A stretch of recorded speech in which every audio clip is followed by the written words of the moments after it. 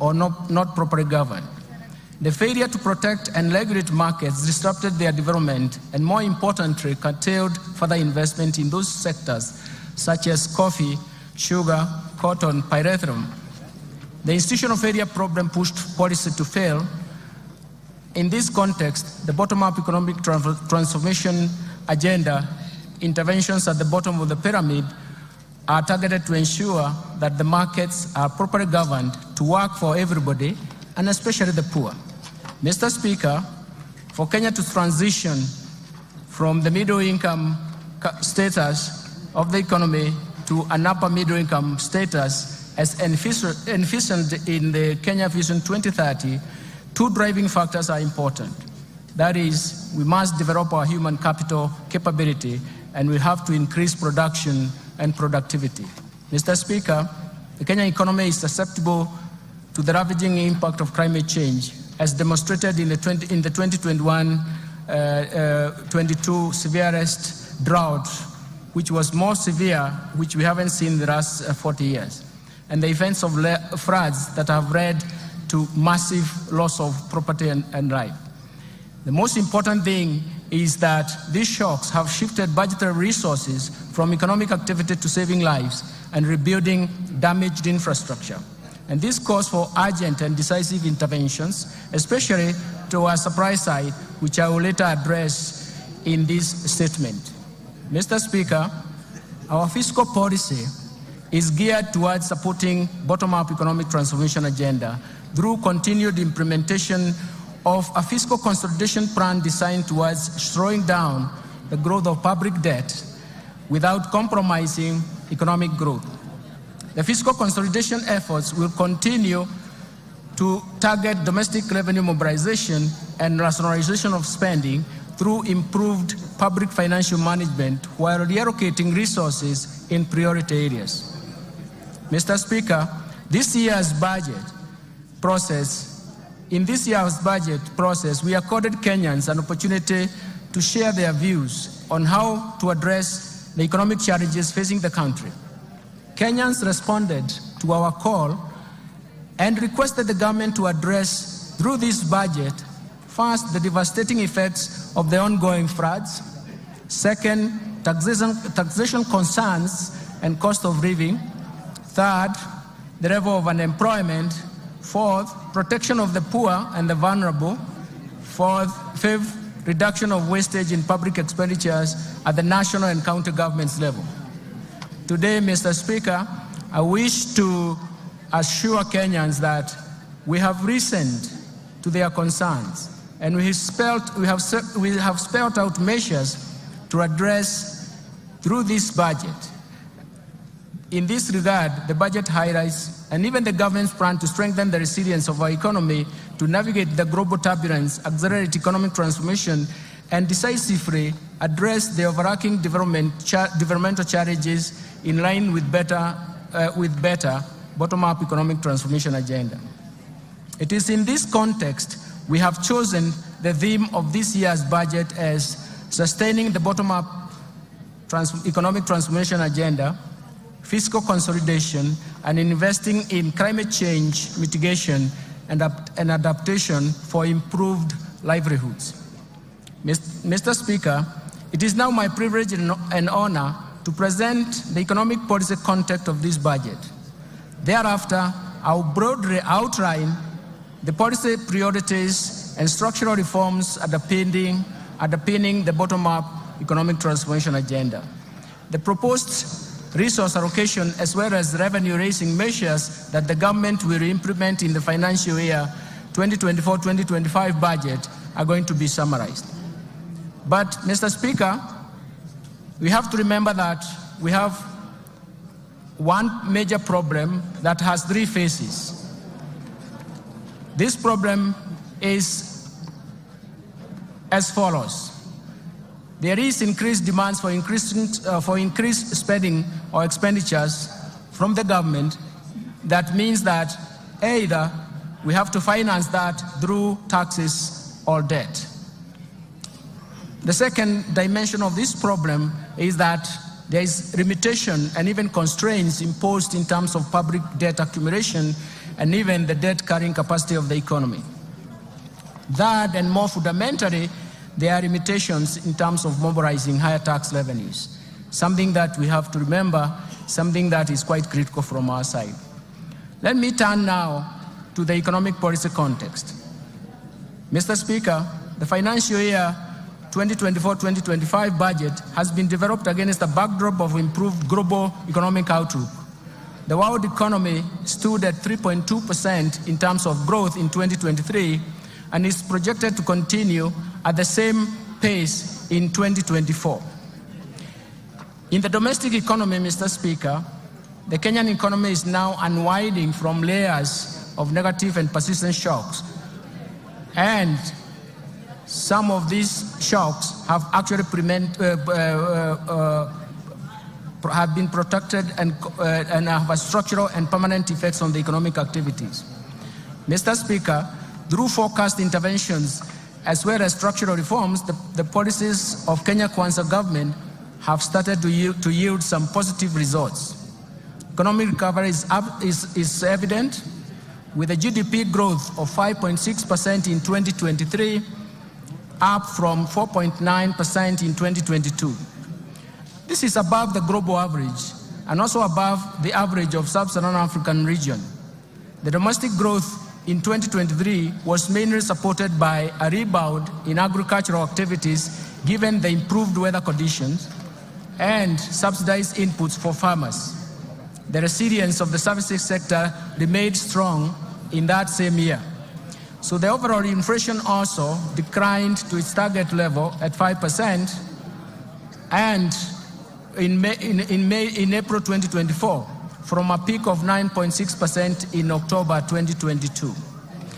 The decline was driven mostly by easing of food and energy prices, a strong pass-through effects from exchange rate appreciation, and the impact of monetary policy actions. And the tight monetary policy has been complemented by fiscal policy measures to enhance food production through subsidy program on fertilizer and seeds. Mr. Speaker, in February this year, the government took advantage of the improved international financial market conditions to refinance the buyback of US $1.5 billion of the Eurobond 2024. The government, through this process successfully removed the uncertainty of the settlement of the Eurobond.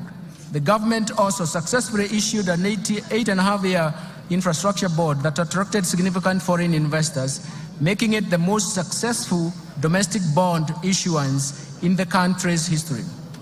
Mr. Speaker, these two operations in February significantly improved the market perception, together with a tight monetary policy stance and significant reforms in the interbank foreign exchange market. It has brought stability in the foreign exchange market. As of 31st May 2024, the exchange rate was Kenya shillings 130.20 to the US dollar, from a high of 163 earlier on in January. And this represents a significant appreciation of 18.7%. The appreciation and stability of the exchange rate created confidence and triggered inflows of foreign exchange foreign direct investment, and attracted investors to the Nairobi Securities Exchange. In order to enhance monetary policy transmission, the Central Bank of Kenya has adopted a new monetary policy implementation framework, and this is based on inflation targeting and introduces an interest rate corridor around the central bank rate. The interbank rate is expected to be within this corridor. In addition, the Central Bank of Kenya launched the DAO CSD, a central securities depository infrastructure that delivers world-class level of registry, custodial, and even settlement services for both primary and secondary market operations. Mr. Speaker, I wish to encourage Kenyans and investors to take advantage of the DAO CSD to invest in risk-free treasury bills and bonds in order to grow their wealth and secure their financial future. We have simplified the DAO CSD, and investors can simply use the USSD *866# to log in and invest a retail board for amounts as low as 600 shillings. This also will be launched to make investments of government securities all inclusive and include the bottom of the pyramid. Mr. Speaker, the strong economic fundamentals together with the renewed investor confidence is a signal for accelerated, broad economic growth and creation of jobs for our youth. In 2023, the total new jobs generated in the economy increased from 848,200 jobs compared to 816,600 new jobs generated in 2022. And this is attributable to policies implemented, especially when you focus on affordable housing and the agricultural sector interventions. Looking ahead, Mr. Speaker, and considering the ongoing reforms and even additional measures the government is introducing through the budget statement, we project our economy to grow at 5.5% in 2024 and 2025. This strong growth will be supported by ongoing interventions at the bottom-up economic transformation agenda. In this regard, the government will accelerate investment in human capital development and capital accumulation, in market development, protection and regulation, in domestic resource mobilization, in reforming and restructuring government institutions, and finally, and more important, digitization to usher an era of efficiency in economic management to support economic recovery. Mr. Speaker, in order to safeguard macroeconomic stability and protect the fragile economic recovery, monetary and fiscal policies will remain very prudent. The Central Bank of Kenya will ensure inflation rate remains within target while maintaining a competitive exchange rate and stable interest rates. The Central Bank is further expected to safeguard the improvements in the functioning of the interbank foreign exchange market and apply all its instruments to strengthen the monetary policy transmission mechanism. On the other hand, Mr. Speaker, fiscal policy stance over the medium term aims at supporting the government's bottom-up economic transformation agenda by delivering a strong fiscal consolidation with fiscal deficit declining from 3.3% of GDP in financial year 2024-2025 from a high of 5.7% of GDP in financial year 2023-2024. This will improve the primary surplus to 2.3% of GDP in the financial year 2023-2025 from a primary deficit of 0.4% in the previous year. I will later in this statement elaborate on policy measures to deliver the strong fiscal consolidation.